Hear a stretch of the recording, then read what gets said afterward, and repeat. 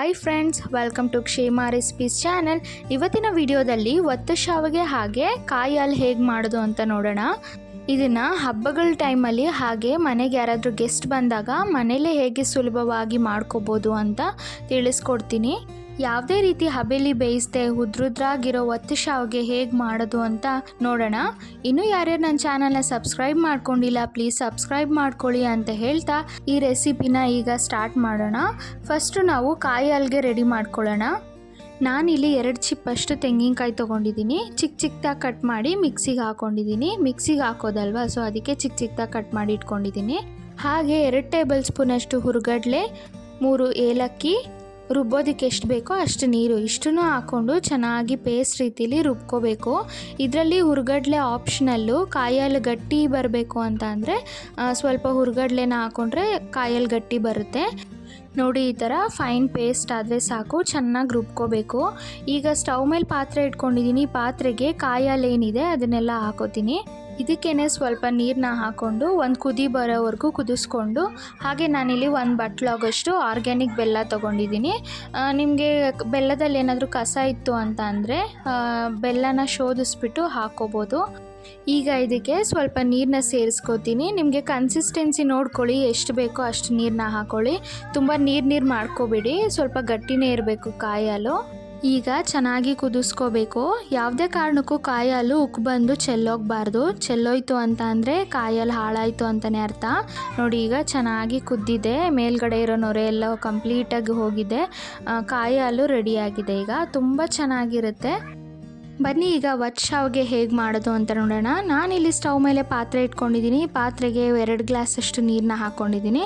ಹಾಗೆ 1 ಚಿಟಿಕೆ ಉಪ್ಪು, 1 ಟೇಬಲ್ ಸ್ಪೂನಷ್ಟು ಅಕ್ಕಿ ಹಿಟ್ಟು, ಇಷ್ಟನ್ನು ಹಾಕ್ಕೊಂಡು ಚೆನ್ನಾಗಿ ಕುದಿಸ್ಕೋಬೇಕು. ಇದು ಕುದಿ ಬಂದಮೇಲೆ ಅಕ್ಕಿ ಹಿಟ್ಟನ್ನ ಹಾಕೋತೀನಿ. ಸ್ವಲ್ಪನೇ ಅಕ್ಕಿ ಹಿಟ್ಟನ್ನ ಹಾಕ್ಕೊಂಡು ಚೆನ್ನಾಗಿ ಮಿಕ್ಸ್ ಮಾಡ್ಕೋಬೇಕು.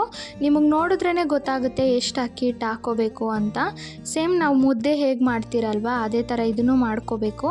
ಕರೆಕ್ಟಾಗಿ 2 ಗ್ಲಾಸ್ ನೀರಿಗೆ 1 ಗ್ಲಾಸಷ್ಟು ಅಕ್ಕಿ ಹಿಟ್ಟು ಸಾಕಾಗುತ್ತೆ. ನೀವು ಒಂದು ಮೆಷರ್ಮೆಂಟ್ ಅಂತ ತೊಗೊಬಿಡಿ, ಗ್ಲಾಸು ಇಲ್ಲ ಬೌಲು, ಕರೆಕ್ಟಾಗಿ ಆಗುತ್ತೆ.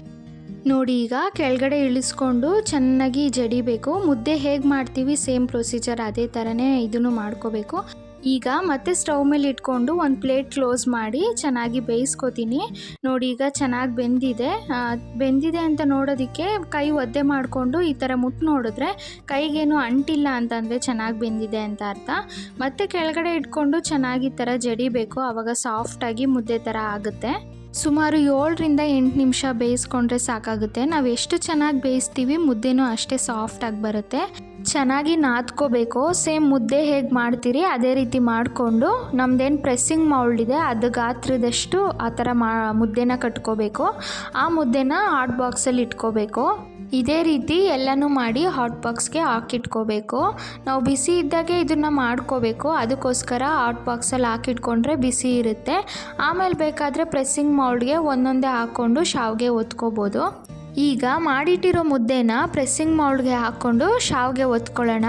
ಈ ಥರ ಪ್ರೆಸ್ಸಿಂಗ್ ಮೌಲ್ಡ್ ಇದ್ದರೆ ತುಂಬ ಈಸಿ ಆಗುತ್ತೆ ಮಾಡ್ಕೊಳ್ಳೋದಕ್ಕೆ. ಈ ಪ್ರೆಸ್ಸಿಂಗ್ ಮೌಲ್ಡಲ್ಲಿ 2 ಥರ ಪ್ಲೇಟ್ಸ್ ಇರುತ್ತೆ. ಒಂದು ಸಣ್ಣ ಹೋಲ್ದೊಂದಿರುತ್ತೆ, ದೊಡ್ಡ ಹೋಲ್ದೊಂದಿರುತ್ತೆ. ನಿಮ್ಗೆ ಯಾವ ಸೈಜ್ ಬೇಕೋ ಅದನ್ನು ಹಾಕ್ಕೊಂಡು ಶಾವಿಗೆ ಒತ್ಕೊಳ್ಳಿ. ನೋಡಿ ಎಷ್ಟು ಚೆನ್ನಾಗಿ ಎಳೆಯಾಗಿ ಶಾವಿಗೆ ಬರ್ತಾಯಿದೆ ಅಂತ.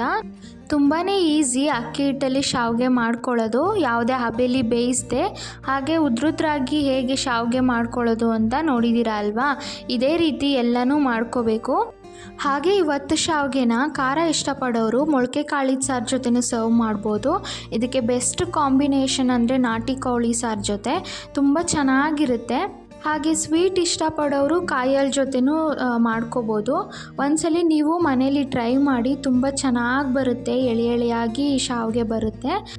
ಈಗ ಇದನ್ನು ಕಾಯಿ ಹಾಲು ಜೊತೆ ಸರ್ವ್ ಮಾಡೋಣ. ತುಂಬ ಟೇಸ್ಟಿಯಾಗಿ ಹಾಗೆ ತುಂಬ ಚೆನ್ನಾಗಿ ಬಂದಿದೆ. ನೀವು ಇದನ್ನು ಒಂದ್ಸಲಿ ಮನೇಲಿ ಟ್ರೈ ಮಾಡಿ ಹೇಗೆ ಬಂತು ಅಂತ ನನಗೆ ಕಮೆಂಟ್ ಬಾಕ್ಸಲ್ಲಿ ತಿಳಿಸಿ. ಇನ್ನೂ ಯಾರ್ಯಾರು ನನ್ನ ಚಾನಲ್ನ ಸಬ್ಸ್ಕ್ರೈಬ್ ಮಾಡ್ಕೊಂಡಿಲ್ಲ ಪ್ಲೀಸ್ ಸಬ್ಸ್ಕ್ರೈಬ್ ಮಾಡ್ಕೊಳ್ಳಿ. ಈ ವಿಡಿಯೋ ಇಷ್ಟ ಆದಲ್ಲಿ ನಿಮ್ಮ ಫ್ರೆಂಡ್ಸ್ ಆ್ಯಂಡ್ ಫ್ಯಾಮಿಲೀಸ್ಗೆ ಶೇರ್ ಮಾಡಿ. Thank you.